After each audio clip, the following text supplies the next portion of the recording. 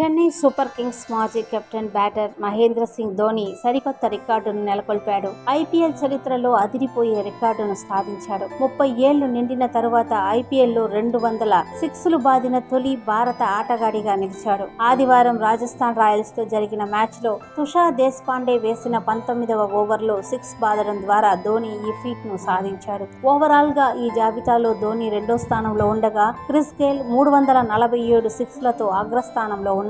భారత ఆటగాళ్ల వివరాలకు వస్తే ధోని తరువాత రోహిత్ శర్మ 113, అంబటి రాయుడు 109, దినేష్ కార్తిక్ 104 మాత్రమే 30 ఏళ్లు నిండిన తరువాత 100 కంటే ఎక్కువ సిక్సర్లు బాదారు. ప్రస్తుతం ధోని వయస్సు 43 ఏళ్లు అయినప్పటికీ ఫిట్నెస్ ను కాపాడుకుంటూ ఐపీఎల్ లో తన కెరీర్ ను కొనసాగిస్తూ ఉన్నాడు. పూర్తి స్థాయి వికెట్ కీపర్ గా ఉంటూ మెరుపు స్టంపింగ్స్ ను చేస్తూ ఉన్నాడు. బ్యాటింగ్ లో మాత్రం మునుపటి జోరును ప్రదర్శించలేకపోతున్నా రాజస్థాన్ మ్యాచ్ లో 7వ స్థానంలో వచ్చిన ధోని 11 బంతుల్లో 16 పరుగులు చేశాడు. అటు సిఎస్కే కూడా ఈసారి ఆకట్టుకోలేకపోయింది. తొలి మ్యాచ్ లో ముంబైపై గెలిచిన చెన్నై తరువాత వరుసగా 2 మ్యాచ్ల్లో ఓడిపోవడం గమనార్హం.